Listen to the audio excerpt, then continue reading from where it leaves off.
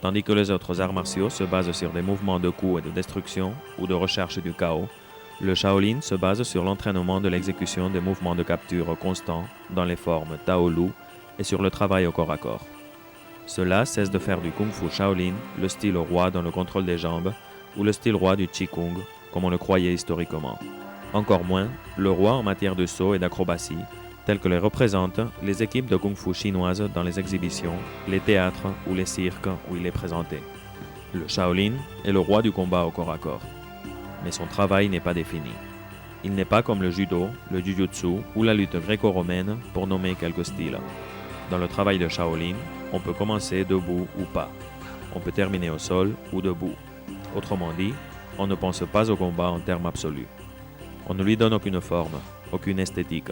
Il n'obéit pas à un système d'entraînement, mais il est une conséquence de la fluidité dans le combat. J'ai toujours maintenu, contre l'opinion généralisée des maîtres qui pratiquent le Shaolin dans le monde entier, que le Shaolin n'était pas un système de pieds-poings, mais un système complexe de pugilat ou de boxe, non limité par les schémas rigides des styles qui basent leur entraînement sur de simples systèmes de défense ou d'attaque dans leur forme. Le Shaolin, comme tout système de combat au corps à corps, est flexible et a autant de visages que de possibilités, et autant de combinaisons que celles qu'un système de combat réel au corps à corps peut donner. Pour cela, ceux qui ne sont pas experts dans les subtilités du combat ne peuvent ni comprendre son entraînement, ni voir sa richesse. Ce n'est pas pour rien que nous pouvons affirmer que la plupart des styles proviennent de sa philosophie et de ses mouvements. C'est le cas des systèmes comme le Aikido, le Judo, le Wing Chun, le Nanchuan et des centaines d'autres. Mon idée du combat, facile à appliquer, difficile à comprendre. Se glisser comme le vent. Je rentre comme un courant d'air qui se glisse dans votre salon. Je ne respecte pas les espaces, je ne respecte pas les limites et je me glisse partout. Là où il y a une ouverture, je mets un pied ou une hanche ou un doigt. C'est moi qui prends la distance. C'est moi qui vais au combat une fois que l'ennemi a commencé son mouvement. Développer la patience, la mettre en pratique. J'attends patiemment que l'ennemi me teste et décide de commencer son attaque. À ce moment-là, le cerveau est doublement occupé et sa précision diminue. Et il faut ajouter à cela la préoccupation que provoquent ces dixièmes de seconde qui lui font douter de lui. Ma froideur, ma patience sont mes sauveteurs. Je les éduque avec le Chan, avec la méditation profonde. Et je crois que Bodhidharma a voulu nous transmettre cette force occulte dans le contrôle de nos émotions. Comme un léopard qui étudie sa proie, mais ne la provoque pas. Je ne fais pas de feinte ni de faux mouvements. Je ne provoque pas de réaction. Et je ne fais pas de mouvements contradictoires pour distraire mon ennemi. Je ne me balance pas, je n'oscille pas. J'essaie simplement d'entrer avec tranquillité et concentration dans l'esprit de la proie. Pardon, je voulais dire l'attaquant. Je plie les ailes et j'attaque comme un aigle. Comme les aigles, qui une fois l'attaque décidée, plient les ailes et se lancent en piqué. Bien que de petite taille et de peu de poids. Quand je vais attaquer, je plie mon dos. Je rentre les clavicules et les omoplates et j'ouvre les bras en angle. Autrement dit, je réduis simplement au minimum mon coefficient de pénétration, mais pas pour augmenter la vitesse ou la pénétrabilité. Et c'est là mon grand secret, mais pour diminuer le frottement. Car je ne vais pas affronter l'air, mais un tas de muscles et de tendons, un système nerveux et une intelligence dans la plupart des cas. En tant que stratège du combat au corps à corps, je suis arrivé à la conclusion, après des milliers de combats, toujours contre des poids supérieurs aux miens, que diminuer la friction était la clé pour comprendre le ki, et noter avec votre propre ki comment vous vous adaptez à l'ennemi. Le général ne peut gagner la bataille sans l'aide du soldat. Une magnifique stratégie, une froideur à l'épreuve des bombes, une dextérité incomparable, une grande intuition ne servent à rien si à la fin, vos doigts ne peuvent être utilisés comme armes, comme les griffes d'un aigle qui ne lâche pas leur proie, ou les pattes du tigre qui la retiennent lourdement. Il faut de la force dans les fléchisseurs des avant-bras.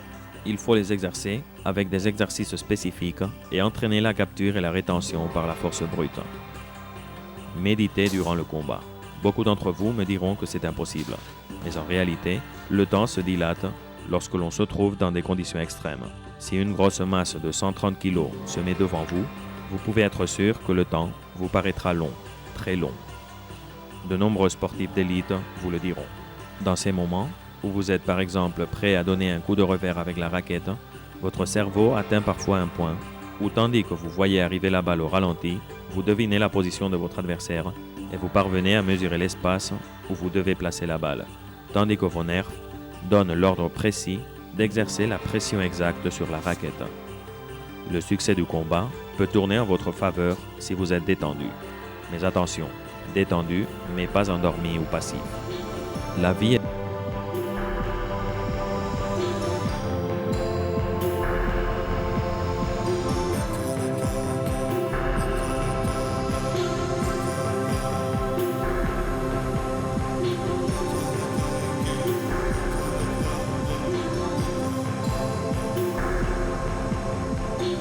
La vie est une roue, la mort n'existe pas. Seule existe la transformation. Ne perdez pas un instant à penser à la victoire, ni à la défaite.